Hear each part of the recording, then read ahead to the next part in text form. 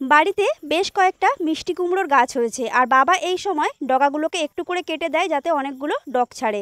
তো বেশ কিছুটা কেটে দিয়েছে, সেটাকেই ছোট ছোট টুকরো করে প্রথমে কেটে নেব। এরপর 1 চামচ সাদা সর্ষে, 1 চামচ কালো সর্ষে, 4 চামচ পোস্ত, 4টে কাঁচা লঙ্কা সামান্য জল দিয়ে মিহি একটা পেস্ট বানিয়ে রেখে দেব।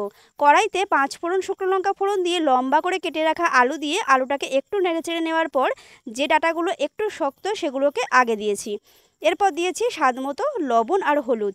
আবারও কিছুক্ষণ নাড়াচাড়া করে নেওয়ার পর এর মধ্যে দিয়েছি ছোট ছোট টুকরো করে কেটে নেওয়া ঝিঙে। এরপর বেশ কিছুক্ষণ নাড়াচাড়া করে নেওয়ার পর যে ডাঁটাগুলো নরম আর পাতাগুলো সেগুলো দিয়েছি, সেটা কিন্তু ভিডিওতে দেখানো হয়নি। তো এরপর খুব ভালোভাবে নাড়াচাড়া করে নেওয়ার পর সর্ষে পোস্ত কাঁচা লঙ্কা বাটাটা দিয়ে কিছুটা পরিমাণে জল দিয়ে নেড়ে ছেড়ে সব কিছু যখন সেদ্ধ হয়ে আসবে তখন দিয়েছি টেস্টের ব্যালেন্সের জন্য ছোটো চামচে 2 চামচ চিনি। এরপর চিনিটা মিশিয়ে নিয়ে কাঁচা একটু সর্ষের তেল দিয়ে নামিয়ে নিলেই কিন্তু তৈরি হয়ে যাবে কুমড়োর ডাঁটি চচ্চড়ি।